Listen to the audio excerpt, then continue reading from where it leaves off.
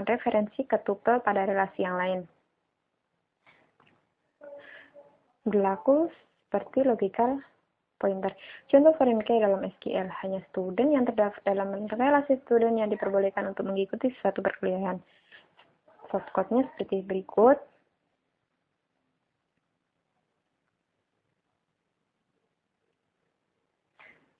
Gambar foreign key. Bisa dilihat contoh gambarnya. Selanjutnya yaitu referential integrity. Sama halnya jika primary key dari tuple student dilakukan perubahan, SQL 92 mendukung pilihan berikut untuk perintah delete dan update. Pertama, default-nya adalah tidak dilakukan apa-apa atau pembatalan perintah delete atau update. Cascade juga mendelete semua tuple yang merefer ke tuple yang di-delete. Set nilai null atau default, atau set nilai foreign key. Contoh pembuatan referential integrity sebagai berikut.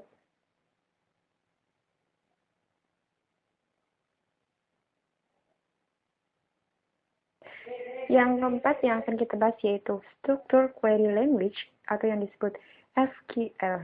Dan apa itu SQL? Mari kita bahas. Pengertiannya, SQL adalah bahasa database relasional yang dibuat berdasarkan suatu standar. Bentuk dasar dari SQL adalah sebagai berikut. Dapat dilihat.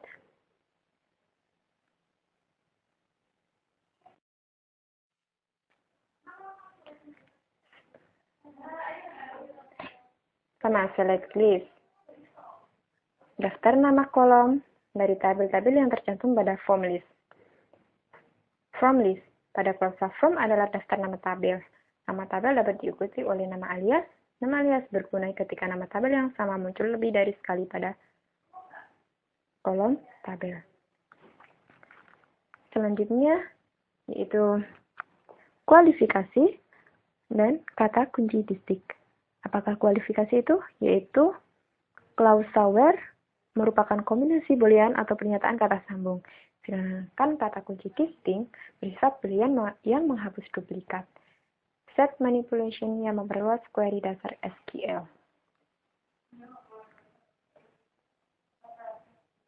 Pertama, union.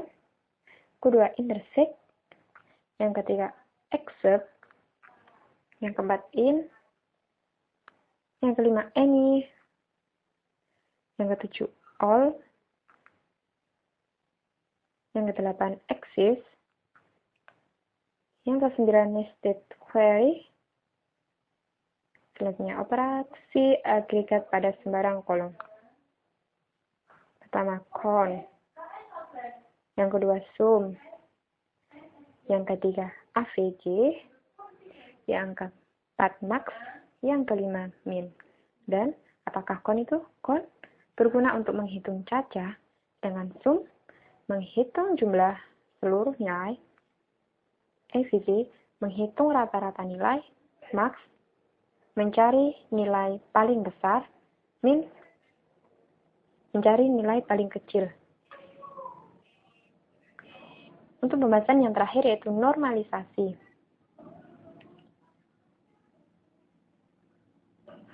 Apa itu normalisasi?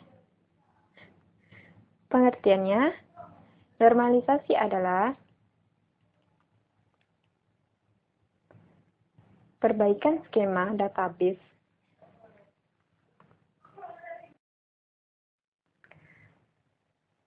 latar belakang diperlukannya normalisasi adalah karena adanya penyimpanan informasi yang redundan. Selanjutnya yaitu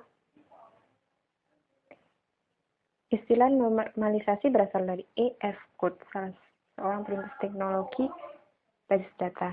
Normalisasi adalah proses untuk mengubah suatu relasi tertentu ke dalam dua buah relasi atau lebih. 3 bentuk proses normalisasi. Pertama, bentuk normalisasi pertama. Yang kedua, bentuk normal kedua.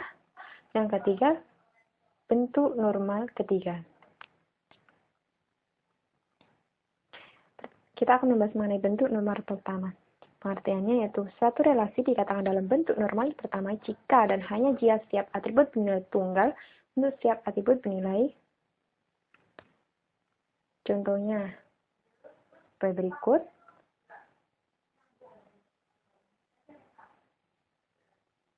Maka setelah bentuk normal pertama akan jadi seperti ini.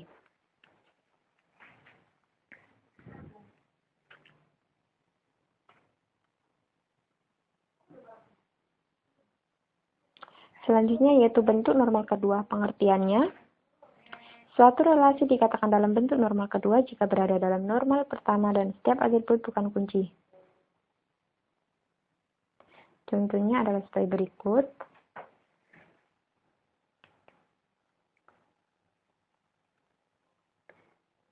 Setelah bentuk normal kedua, maka akan seperti ini. Terdapat dua tabel.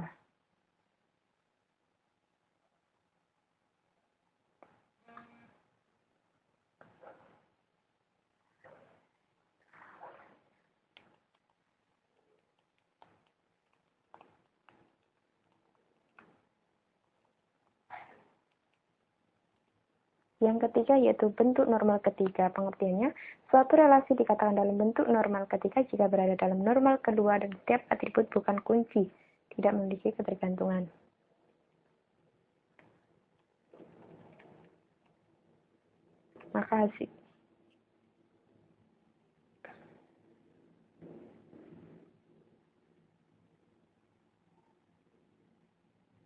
Maka hasilnya tabel yang sudah menjadi bentuk normal ketiga.